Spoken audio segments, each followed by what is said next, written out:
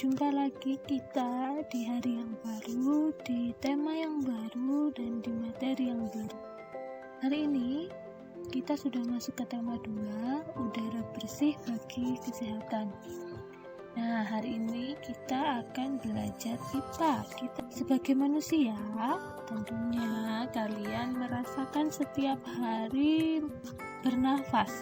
Setiap hari kalian merasakan bernafas. Nah, untuk bernafas ini, tubuh kalian punya organ sendiri untuk menghirup nafas dan untuk mengolah udara yang kalian hirup.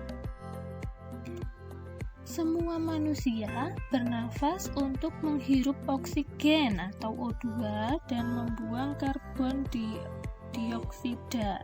Jadi udara yang kalian hirup itu adalah oksigen, dan yang kalian hembuskan, yang kalian keluarkan itu berupa karbon dioksida. Nah, bagaimana alur pernafasan manusia? Kita bernafas selama ini itu alurnya bagaimana sih? Mungkin yang kalian rasakan, yang bisa kalian rasakan selama ini kalian hanya menghirup dan menghembuskan nafas. Tetapi di dalam tubuh itu ada alurnya sendiri. Nah, saat kalian menghirup nafas, menghirup udara akan masuk melalui rongga hidung. Kemudian akan dilanjutkan menuju trakea. Trakea itu batang tenggorokan, jadi dari hidung ke trakea, kemudian dari trakea masuk ke bronkus, kemudian masuk ke paru-paru. Nah, di paru-paru ini oksigen yang masuk diolah dan bertukar menjadi karbon dioksida. Karbon dioksida dari paru-paru ini akan dihembuskan keluar melalui bronkus ke trakea, kemudian menuju ke rongga hidung, dan akhirnya udara itu keluar.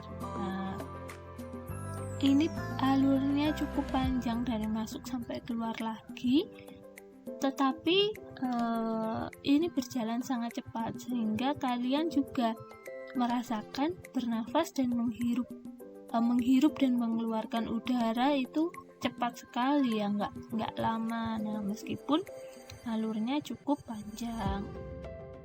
Nah, ini adalah tampilan organ tubuh manusia, organ pernafasan manusia.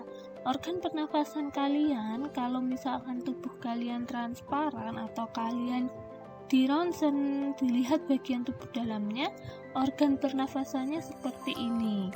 Yang atas itu ada rongga hidung, kemudian ada trakea. Nah, sebelum trakea ini ada faring, laring, esofagus. Nah, ini adalah batang tenggorokan. Kemudian ada paru-paru. Paru-parunya ada dua, paru-paru sebelah kanan dan paru-paru sebelah kiri. Kemudian di paru-paru ini ada bronkus dan bronkiolus.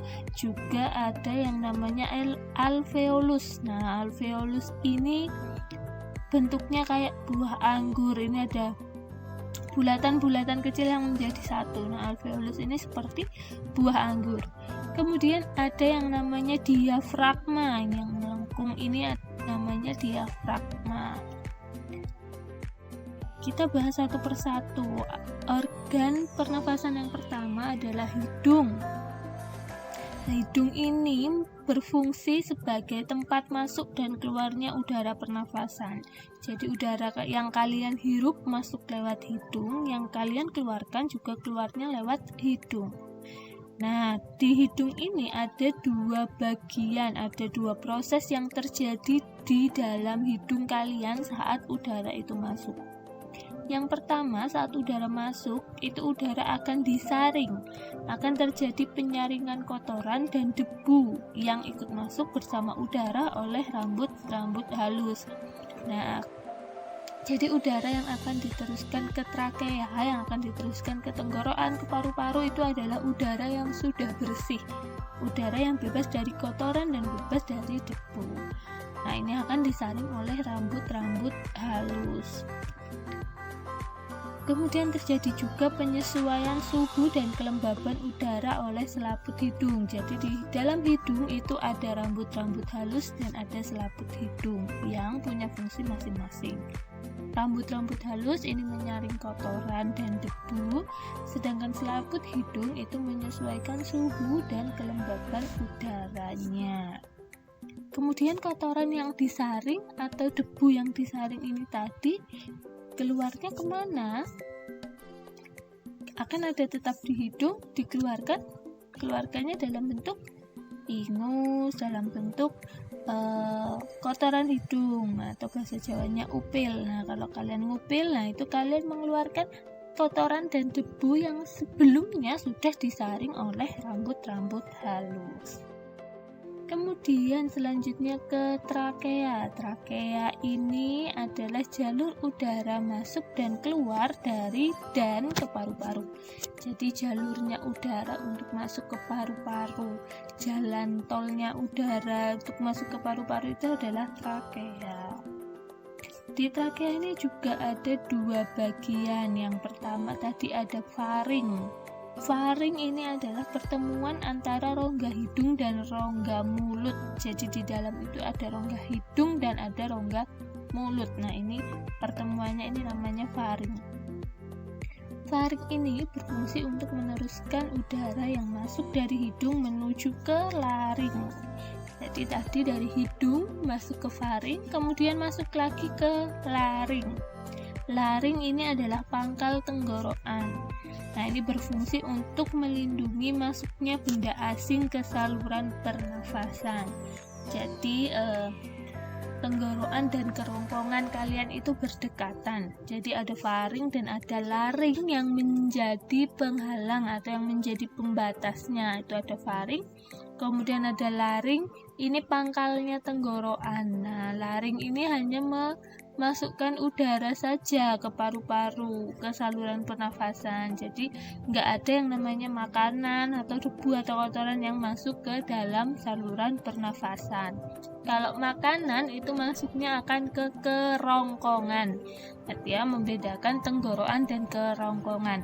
Kalau tenggorokan itu untuk masuknya udara. Kalau kerongkongan itu untuk masuknya minum, maksudnya makanan ke dalam tubuh kalian.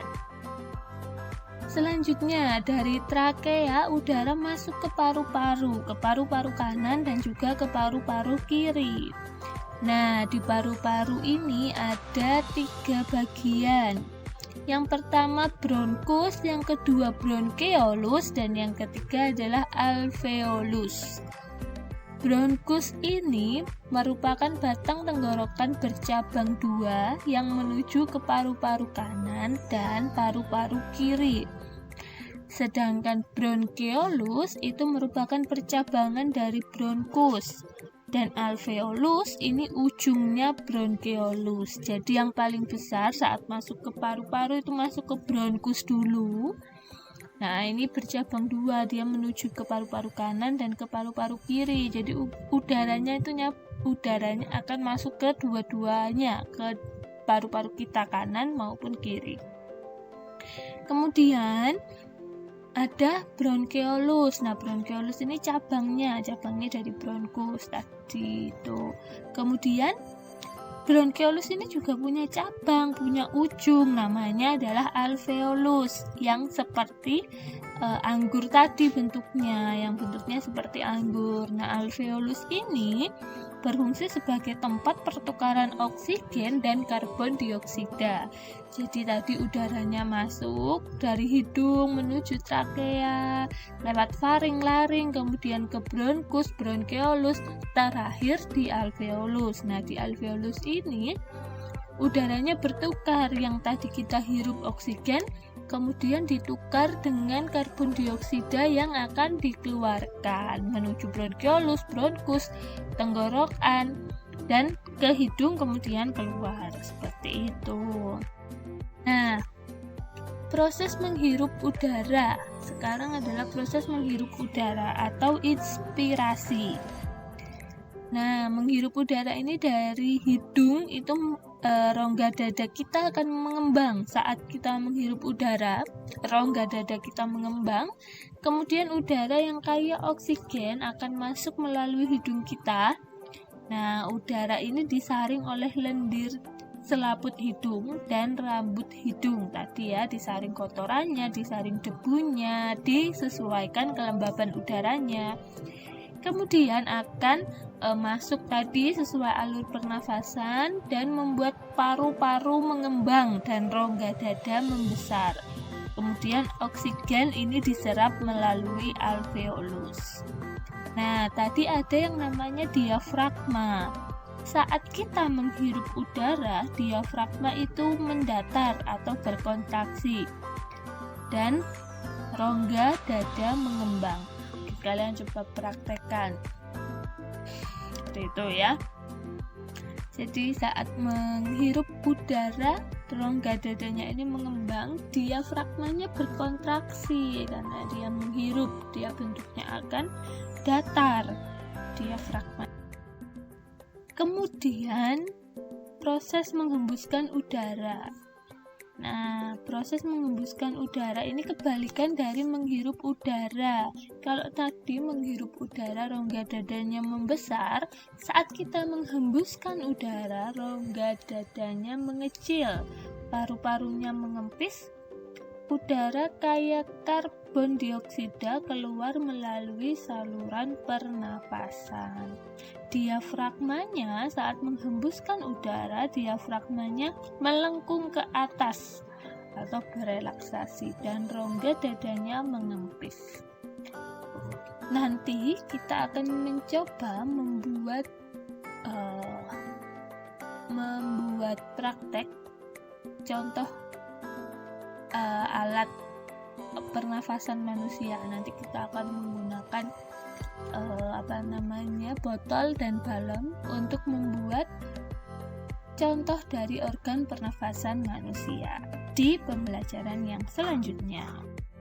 Terima kasih kalian sudah menyimak pembelajaran hari ini dengan baik, menyimak materi hari ini dengan baik. Nah, untuk materi hari ini adalah materi subtema 1, tema 2, subtema 1, materi IPA-nya seperti ini.